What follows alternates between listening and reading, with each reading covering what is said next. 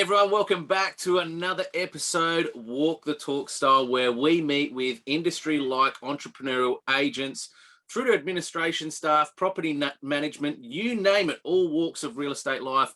We like to catch up with, hear about them on these episodes and their stories and walk of life within the real estate industry. And today I'm joined by a wonderful special guest who I'm very proud and honored to call a dear and near and close friend of mine, someone I highly respect, and someone I'm incredibly privileged has decided to rejoin in collaboration and alignment with us here at EXP Realty. I'm joined by the great man, Clint Barker, the nice guy of real estate. Welcome. Hi, Chris. How are you today? Good, thanks, mate. Thanks for your time. So today, folks, we're just going to have a little sit down and chat a little bit to get to know about Clinton Barker, where he's come from within the real estate industry as well. But Clinton is someone I look to, has a wealth of life experience, not just in real estate, but in life and business as well. He's got a very colourful history and past from previous jobs and careers that he's undertaken as well. But mate, welcome. Tell us a little bit about yourself. For somebody who's watching this for the first time, who's Clinton Barker? Where have you come from and where you're at today, mate? Well, I guess a lot of people seem to think, oh yeah, real estate agents are career real estate agents. Yep. Well, unfortunately, I'm a farmer by trade. Yep. So well aware from there. And then things happened with the economy. Things didn't go well. So someone got me a job and I was building towers all around Australia for Telstra. Yep. Got married, had kids. I was away from home all the time. Yep. My wife said, no, this can't keep going on. I was running 6 construction crews, and I was very overweight, eating bad food, really upset. So I threw that job in, and to get back into shape, I went to a gym. I thought, hey, this is pretty cool. I love this. So I bought a gym. Yep. And got back into shape, got healthy, enjoyed myself. And then circumstances, I started doing developments. Yep. I did a couple of multi-story developments in conjunction with other people. Yep. And unfortunately, I did one where there was a big, beautiful gym involved. I was the owner of the gym, but I had a partner. Yep. Long story short, it didn't work well. And I had to recreate myself at 50 years of age. Yeah. So the thing was, I sold my developments myself. It was a natural progression, get into real estate. And that's what I've been rebuilding and doing ever since. What an awesome story. What a level of experience and knowledge and tried, tested. I'm sure you've gone through pain points, both in life and business. How powerful is that for you when you're sitting in a lounge room with a seller? Because a lot of real estate agents we know, mate, and talk to, they think, it's just a natural gift, like you're born with it or you're not, like it's a talent that you kind of inherit. And more often than not, it's just about life skills, really. And you've got a heck of a lot more of it than me. You've got a heck of a lot more of life skills and experience than many agents in our industry. And I think if you can sit in a lounge room with a potential seller or a client, you're very relatable, mate, because of that life skill and experience that you've got. So let's talk about that, mate. You've gone from being a farmer, so what? Hard work, mate? Was it ingrained in you almost? You've still got the calluses on the hands from the farming days, mate? Like, what was hard work for you back in the day? Oh, getting up at 4 in the morning. Yep. Walking into the paddocks and breaking the ice off water troughs so the cows could have a drink. Milking cows.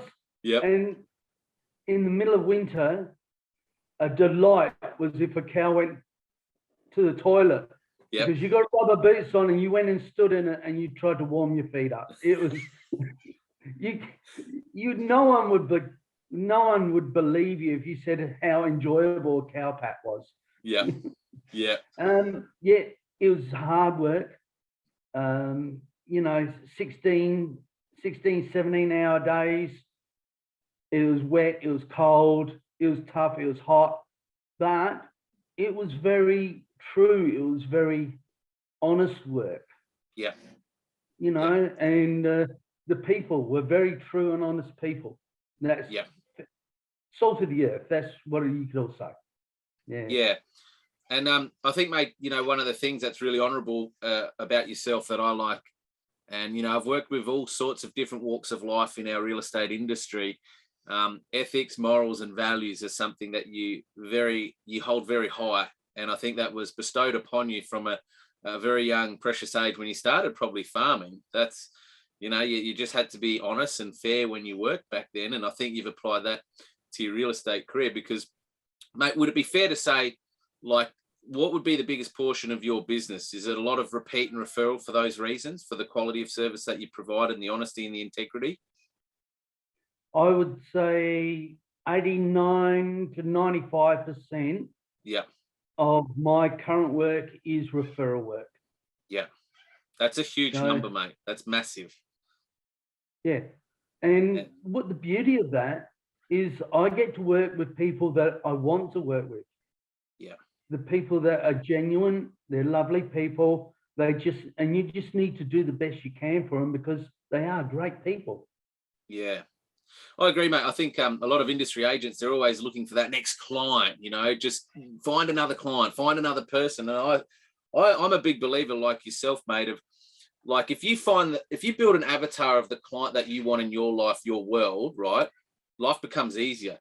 And it's the same as clients with you. They build the type of avatar agent that they want to represent them for life. It's like your doctor, your lawyer. You know, you build that perfect lawyer, that perfect doctor, that perfect agent. These are people that you want relationships for life. It's the same on the other side. As an agent, why don't you profile the perfect client for you? Because when you do that and you have that perfect avatar client, business becomes a lot easier for you. Yeah. And I think a lot of agents are so focused on the dollars and getting the next dollars that they don't realize by doing it right, that money will come. Yeah. Hey, when my business went downhill, I could have retired. It wasn't that. And I guess that's one thing. It was good is that it means that when I do sit in an because I know that this is probably their biggest paycheck. This is their biggest asset, and they're scared. They're really scared of what's going to happen, and they just want as much as they can for their property because they want to move on, or they've got other things they want to happen, but they don't know how the process works, and they're putting everything in the hands of someone that they want to trust. Yeah, 100%, mate. And I think because you've got that life skill and experience, like sometimes the greatest lessons in life come with a lot of pain. And I know your personal story, mate, has come with a lot of sacrifice and a lot of pain, but there's also been a lot of real positive and beautiful blessings and blossomings, I guess you could say, that have come from it as well. And I think that's, you know, one thing you can't ingrain and train into a real estate agent if they've never been through pain. It's hard to sit in a household with a seller who's selling because they're about to go bankrupt, or, you know what I mean, they've lost money or whatever the circumstances are. It's about being relatable, and your life skills through varying different industries and life experiences makes you a very relatable person, very easy to sit down and talk to. But even now I'm doing more talking, you're a great listener. You're actually present whenever, and that's one of the things I think a lot of agents are, is, you know, we had an icon session today and they were talking about how can an agent be successful in those early stages. And I said, well, firstly, being in the right vehicle is really important. And I've been in 2 vehicles now. The former vehicle where it was all about KPIs, numbers, dollars and cents, putting these amount of runs up on the board. And I genuinely used to think that that's how the industry operated. Now I'm in a different vehicle where obviously the structure that we're on is a little bit different, so it probably enables a little bit more time, but being present, how important, or how much agents overlook and don't put a value on being present and actually listening. So, mate, let's talk about. Yeah, sorry, go on. You go. I was going to say that's probably why God gave us 2 of these and only 1 of these. So true, mate. So true. So fast track forward, we've come from farming, working in telco, unhealthy, everything in between. We've jumped into real estate. How was your first stage as an introduction into real estate as an industry and job? Getting into the first stages, when I first jumped in, that was daunting.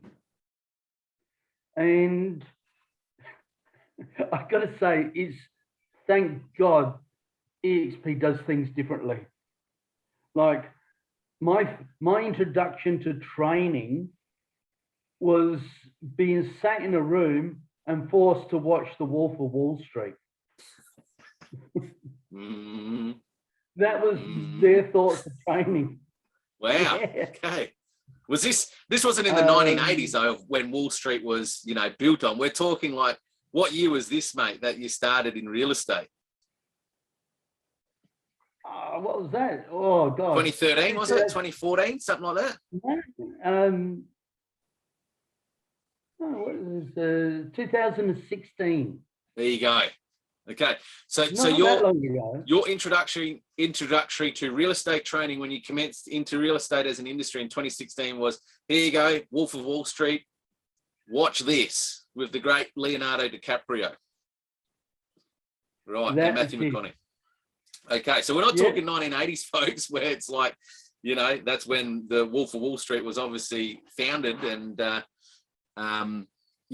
where it all began from. But we're talking 2016, which is only, what are we, 5 years from that today? No, 6 years from that today.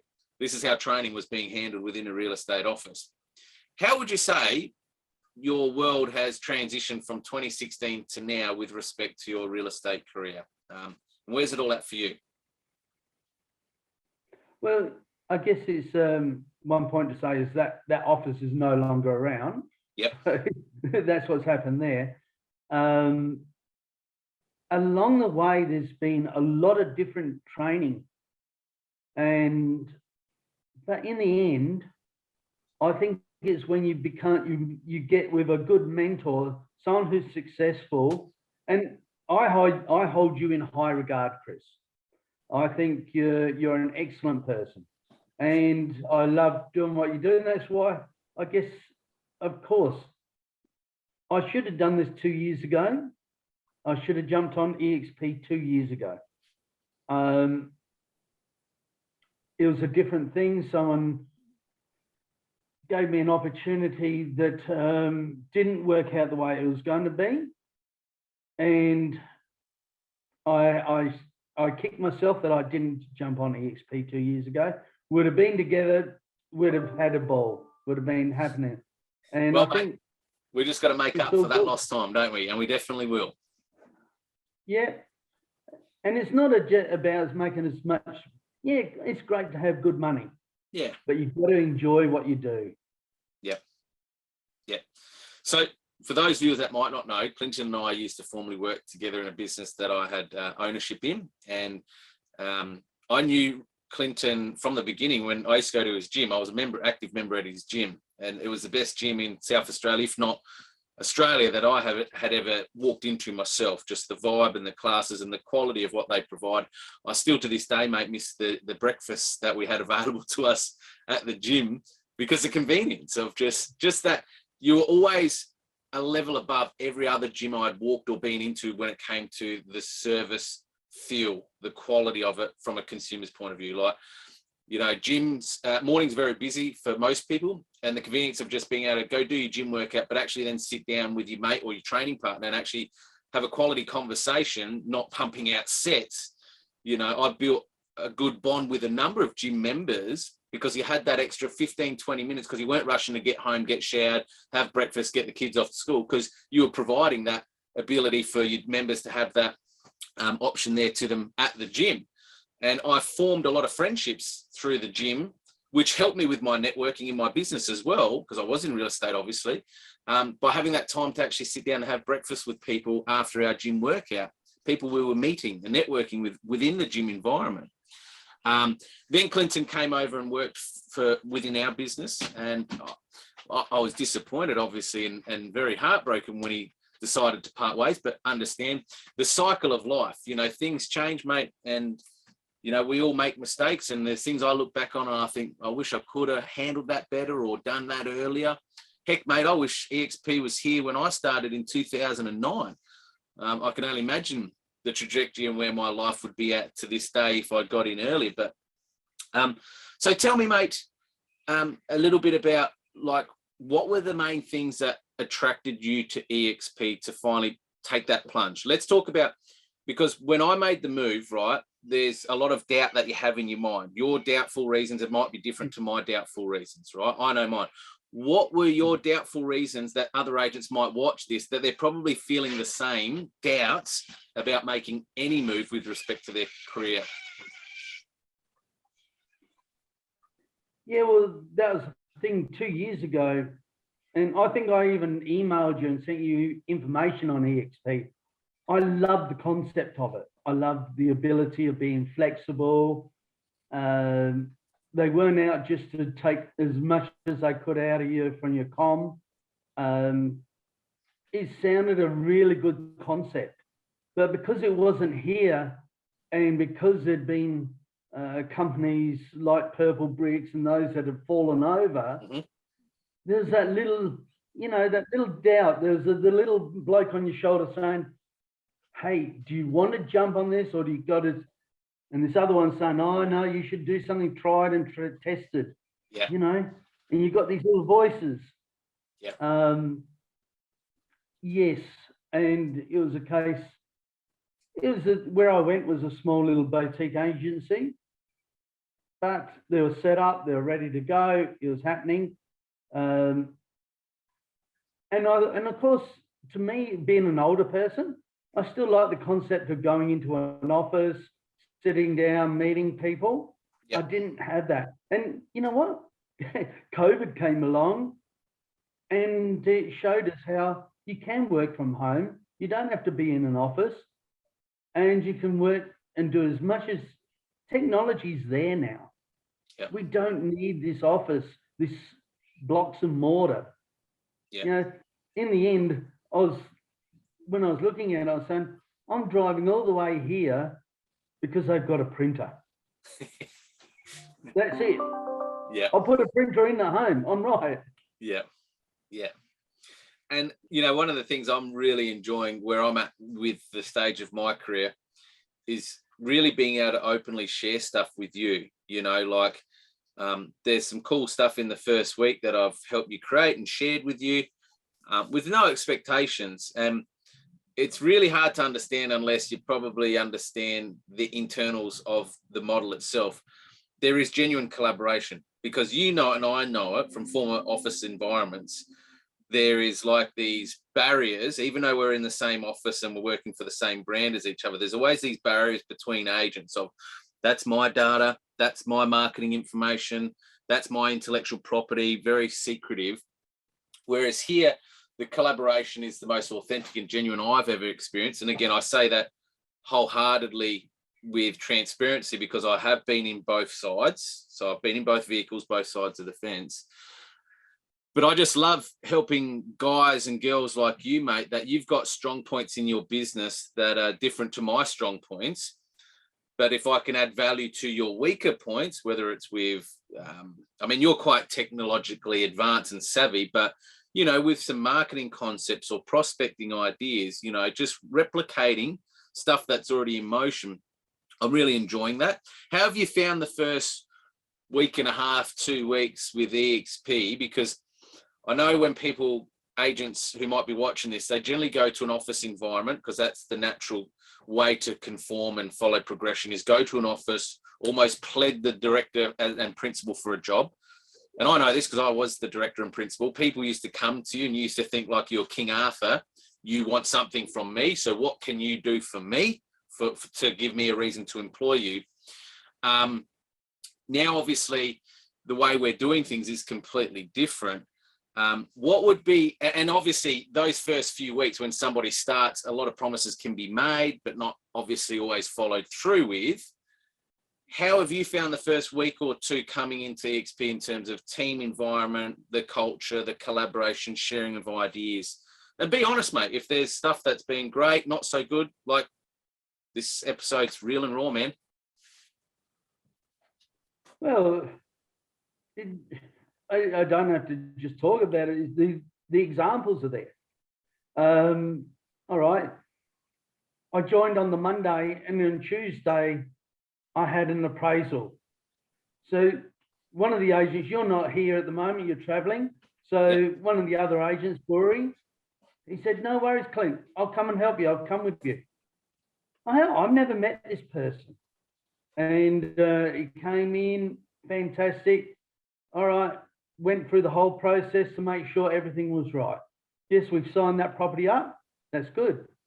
And then the next day, I'm saying, about these new technologies and, something, and Bjorn, he got there and said, look, Clinton, come over to my place. I'll help you. I'll show you how I do this. And he brought me over to his house. He was so open in that. And he's saying, look, the world's your oyster here. I've never done this. And let's face it, he opened up his computer. He showed me his exact figures, everything. Who would get there and open up their books to a complete stranger they've met for 5 minutes? Yeah. And last Saturday, I was great. I went and helped Mike Lowry, did the scribing for an auction. Yeah. And Bury was there, and there's other people were there. It's a very good, it's a lot of camaraderie. Yeah. Yeah. Because we're not trying to be dog eat dog. It's a case, I think, where if everyone succeeds, then you will succeed. Correct. Spot on, mate. Spot on. Couldn't have put it any better. So, like, now that you've come from the office environment, because I know this was a big hurdle, and here come the hard questions, brother, so prep yourself. So you've gone from an office environment, we both have, right? Now, my why from going from an office to home was different to your why. But can I just ask you, like, how would you say your transition has gone now that you've lived both sides from office to home? Speaking of home, we're just talking about it. Mel just walked in. Hi, Mel. Yeah, Mel just popped in. I'm saying, no, don't. No, not yet. We both got Mels. We both got a Mel each. So we're often both like, just wait. I'm just recording. But mate, like a couple of weeks into working from home, from the office, like honestly, how was the transition harder in your head than what it is in reality? Have you found it better, worse, or what you expected? No. It's there's been a few challenges with the internet. That's all. Yep. I do find that I get a bit more flexible, so I'm not having to drive anywhere. So I'll sit up here and I'll, be here sometimes to 7:30, 8 o'clock at night, and I shouldn't. But then there's not much to watch on TV anyhow. Yeah. It's easy, and I'm not, with the petrol prices the way they are, I'm saving all that money not driving to an office. Yeah. I found for me, mate, I actually was able to work on my business more than in it, because rather than losing those hours of commuting to and fro, and the distractions that often come attached with an office environment, I found I had more free time. When I had down free time as such with clients, I was in my home office working on stuff on my business more. So I found over the last 2 years, my quality of what I'm putting out there with marketing and prospecting and digital content has definitely gone up 150%, because I've had more time that I've claimed back from the commute, the distractions in the office, and I've utilized that downtime to build and work on my business to enhance the quality of my business. But you're right, there is a balancing act where you have to draw that line of switching off, because when you work from home, you mix business and home life together, time can go really quickly. And I've been the same, mate, stuck in the office from 7 a.m. and then I'm still working at 10 p.m. because when you're working on your own baby, it's your own business, like time just goes by. Like you have no concept of time really, or real reality of time. So you got to have that balancing act, absolutely. But I think being able to work on your business as a real estate agent by claiming back more time is a really powerful thing. not a lot of agents have the time to work on their business. Yes, they work in it, but they don't have the freedom and flexibility with time like you and I do to actually work on our business more. I guess also there's a lot of younger agents out there, especially with the EXP at the moment, and it's all new and it's exciting and they want to build and they want to achieve. But remember too, that if you sacrifice your home life, you might find that it's you're building for nothing. What's it all for? That's it, you know. And so keep it real, keep it together. Yeah. Yeah. So mate, couple of weeks into EXP, come from the traditional environment, office, to now, what are you most excited about for the future for yourself going forward with respect to your career? What are the top 2 things you're most excited about?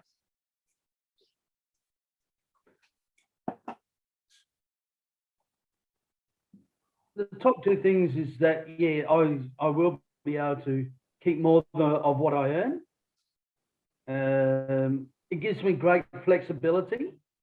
I also love doing developments as well. So I want to do some more developments. So because I'm not locked into that office sort of environment, I do have that flexibility where I can do developments on the side, look for some rentals, put all that together, and then just build up. And then, yeah. So later on, that my wife and I can travel around Australia for a while and enjoy life. Absolutely, mate. Well, we always say you're like a bloody fine wine. You get better with age, that's for sure.